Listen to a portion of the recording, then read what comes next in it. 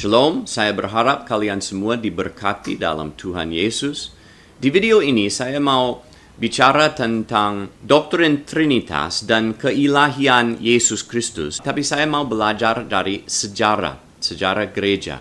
Karena waktu orang bidat mau melawan atau menentang dengan kebenaran Trinitas dan keilahian Yesus Kristus, tidak hanya mereka harus putar balik banyak ayat-ayat dari Alkitab, tapi mereka juga harus putar balik sejarah gereja.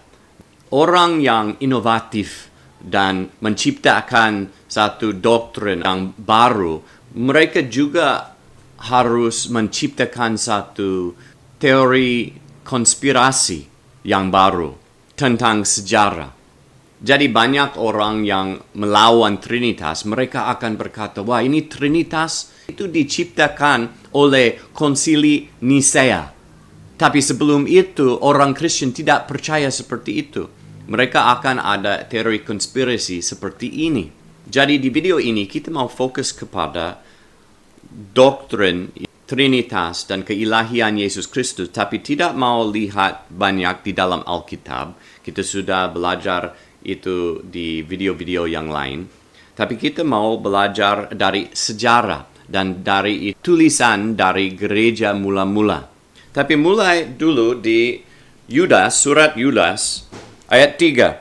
Saudara-saudaraku yang kekasih, sementara aku bersungguh-sungguh berusaha menulis kepada kamu tentang keselamatan kita bersama, aku merasa terdorong untuk menulis ini kepada kamu dan menasihati kamu, supaya kamu tetap berjuang untuk mempertahankan iman yang telah disampaikan kepada orang-orang kudus.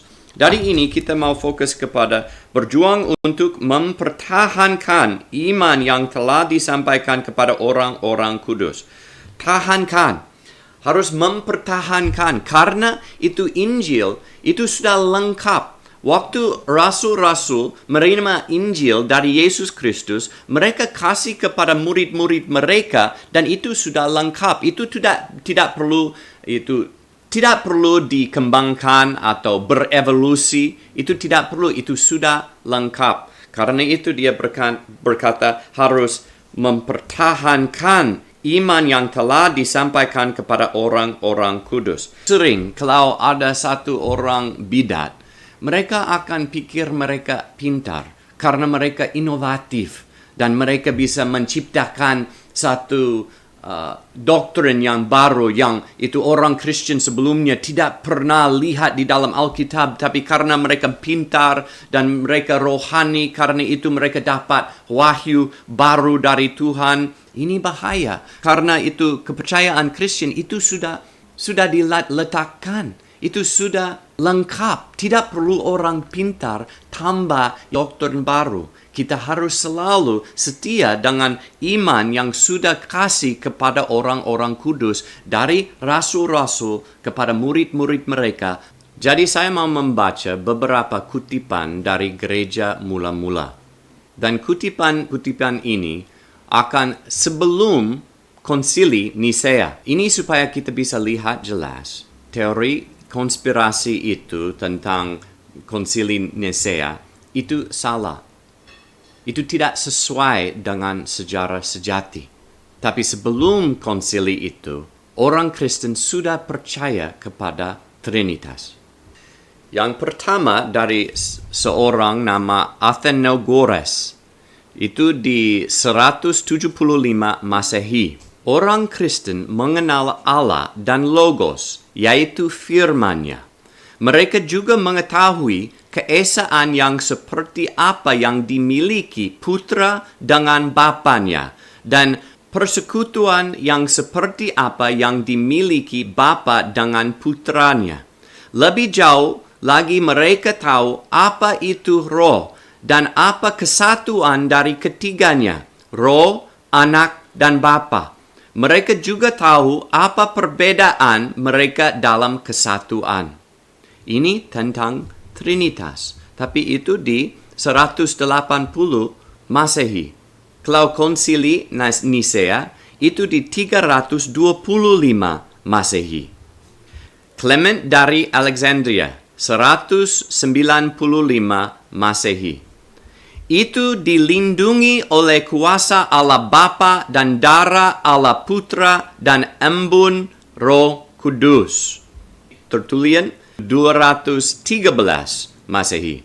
Dengan demikian hubungan Bapa dalam Putra dan Putra dalam Roh Kudus menghasilkan 3 pribadi yang koheren, berbeda satu sama lain. Ketiganya adalah satu pada hakikatnya, bukan satu secara pribadi, karena dikatakan aku dan Bapakku adalah satu. Sehubungan dengan kesatuan substansi, bukan singularitas jumlah. Ini jelas sekali tentang Trinitas. Tapi ini lebih dari 100 tahun sebelum konsili Nisea. Sebelum konsili Nisea, mereka sudah percaya kepada Trinitas. Tapi kalau kita baca ini menarik. Cyprian, 250 Masehi. Tuhan berkata, aku dan Bapa adalah satu. Dan sekali lagi ada tertulis tentang Bapa, Anak, dan Roh Kudus, dan ketiganya adalah satu.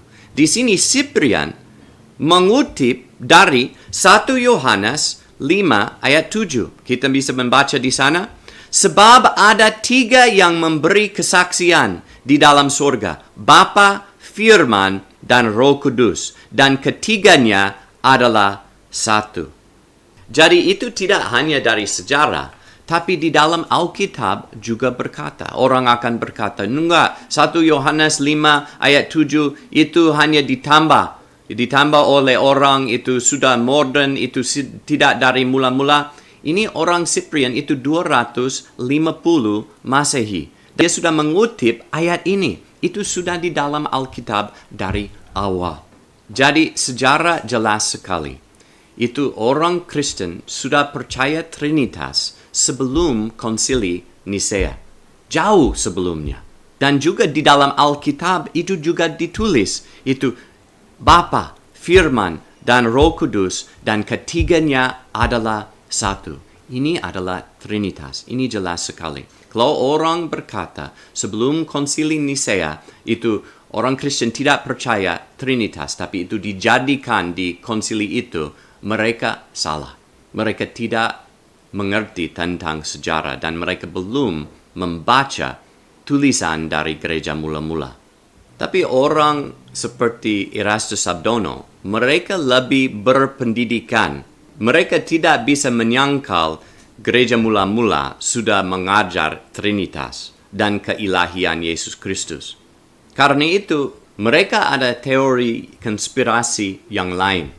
Mereka berkata gereja mula-mula sudah dipengaruhi oleh filsafat Yunani.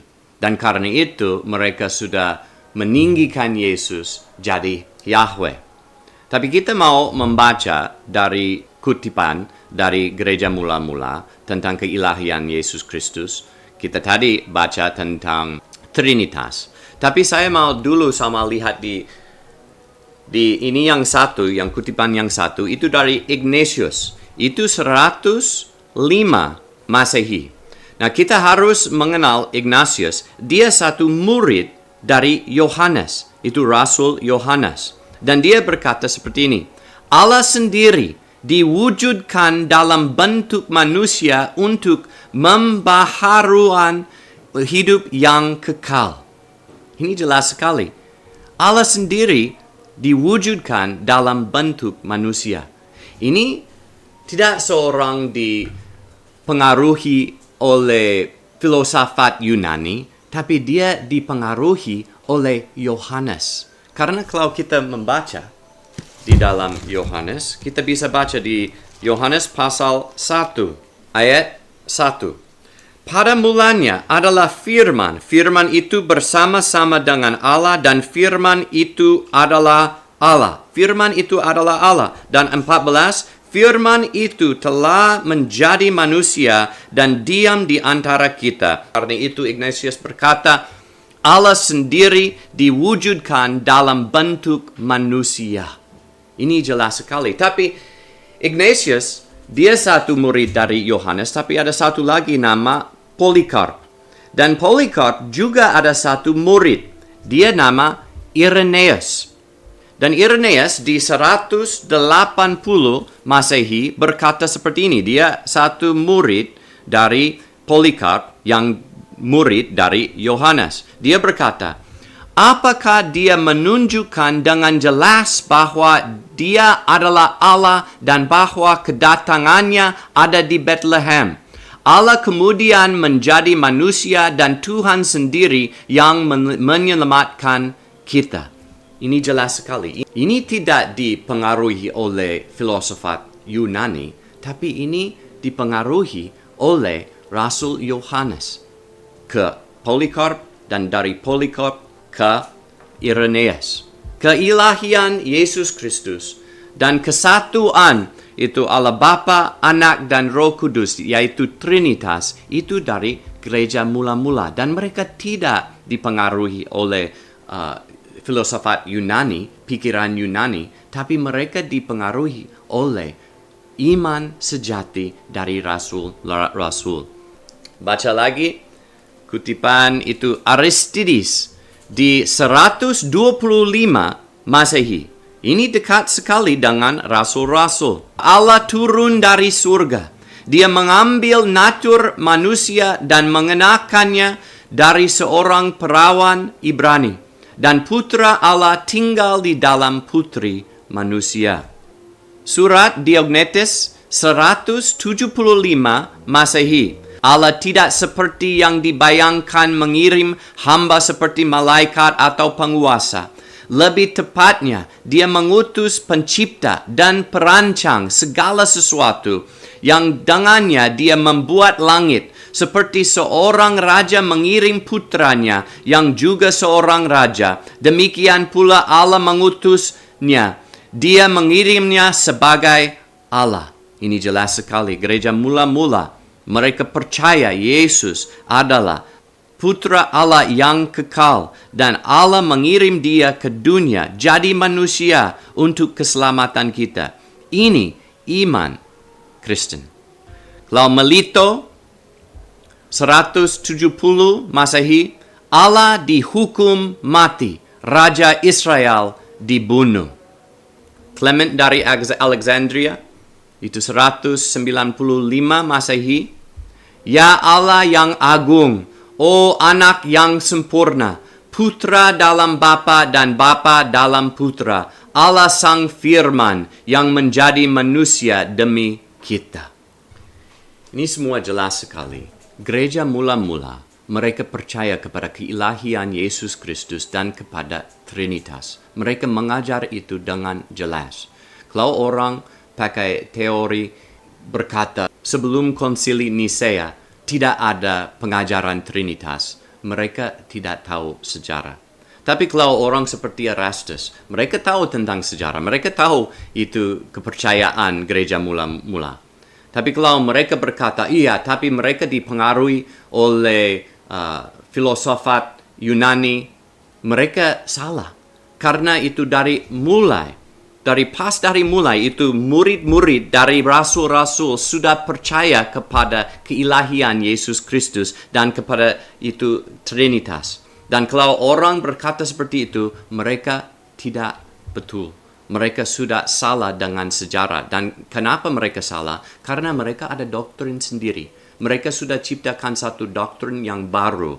Dan karena gereja mula, mereka sudah mengajar melawan dengan pengajaran sesat yang baru itu. Mereka harus melawan gereja mula-mula. Kita dapat perjanjian baru dari siapa? Kita dapat perjanjian baru dari gereja mula-mula. Mereka kasih perjanjian baru kepada kita. Mereka lebih mengerti kepada perjanjian baru daripada orang seperti Erastus. Karena itu bahasa mereka sama dan itu mereka murid-murid dari rasul-rasul. Dan mereka kasih perjanjian baru kepada kita. Kalau kita berpikir, kita lebih pintar dan lebih mengerti kepada Alkitab daripada mereka, kita sombong. Kita sombong sekali. Tidak hanya itu, tapi Banyak orang waktu mereka jadi pengajaran sesat, mereka juga pikir mereka paling kudus. Mereka bisa mengerti karena mereka kudus sekali dan mereka belajar, mereka pintar, tapi mereka juga kudus. Tapi kebanyakan orang ini mati untuk kesaksian mereka. Mereka mati di kerajaan Roma karena mereka percaya kepada Yesus Kristus, Allah yang sejati. Mereka jadi martir untuk kesaksian mereka. Siapa berani untuk berkata mereka lebih kudus daripada orang seperti ini? Mereka lebih kudus daripada orang yang menyaksikan tentang Yesus Kristus, anak Allah yang kekal dan mati karena namanya? Tidak. Mereka hanya sombong. Mereka hanya melawan kepada Yesus Kristus, kepada firman-Nya Alkitab, dan kepada orang-orang kudus yang sudah dapat dari rasul-rasul itu iman sejati, itu kepercayaan sejati yang Injil.